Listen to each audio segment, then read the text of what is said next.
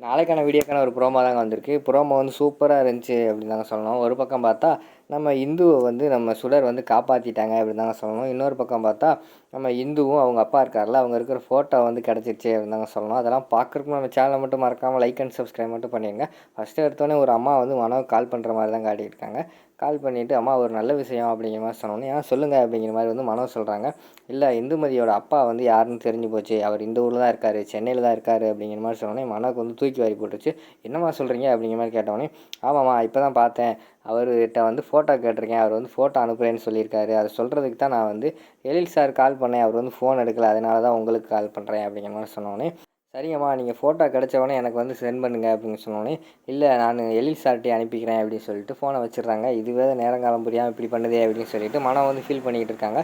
இன்னொரு பக்கம் பார்த்தா நம்ம வெளியில் உட்காந்து அழுதுகிட்டு இருக்காங்க. இந்து வீட்டுக்கு வெளியில் வீட்டுக்குள்ளே போக முடியலையே அப்படின்னு சொல்லிட்டு, அந்த நேரத்தில் வந்து நம்ம சுடர் வந்து அங்கனக்குள்ளே வந்து காய்கறியெல்லாம் கட் பண்ணிக்கிட்டு இருக்கிற மாதிரி காட்டுறாங்க. அந்த நேரத்தில் தெரியாமல் கையை கட் பண்ணிடுறாங்க. கையை கட் பண்ணோடனே அங்கிட்டு கூடிய கையை அப்படியே உதறாங்க. அவங்க பிளட்டில் இருந்து ஒரு துளி வந்து பறந்து போகுது. பறந்து போய் அந்த கிச்சனோட ஜன்னல் வழியாக போய் நம்ம மனம் வந்து செட் பண்ணி வச்சுருந்தாங்கல்ல, ஒரு பானையில் வந்து தண்ணியெல்லாம் ஊற்றி வச்சுருந்தாங்கல்ல, அதுக்குள்ளே போய் விழுந்துருது. அதுக்குள்ளே போய் விழுந்த உடனேயும் அதில் வந்து பிளட்டு கரைஞ்சி கீழே போய் அந்த சந்தனம் சாமியார் கொடுத்த அந்த சந்தனத்தில் போய் விழுந்துருது. சந்தனம் அந்த இடத்துல டக்குன்னு கருப்பாக மாறிடுது. அதுக்கடுத்து பார்த்தா நம்ம இவங்க இந்துக்கு அவங்க செய்வன இதெல்லாம் செஞ்சு வச்சுருந்தாங்கல்ல, அதெல்லாம் முடிஞ்சு போகிற மாதிரி காட்டுறாங்க. அது திருப்பி அந்த அம்மா வந்து மனோவுக்கு கால் பண்ணுறாங்க.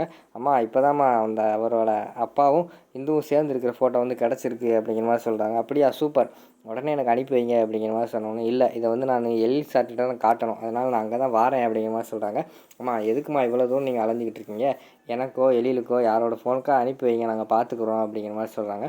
இல்லைம்மா இதில் என்ன அலைச்சல் இருக்குது, நான் அந்த வாரேன் கிளம்பிட்டேன், கொஞ்சம் நேரத்தில் அங்கே வந்துடுவேன் அப்படிங்கிற மாதிரி வந்து அந்த அம்மா சொல்கிறாங்க.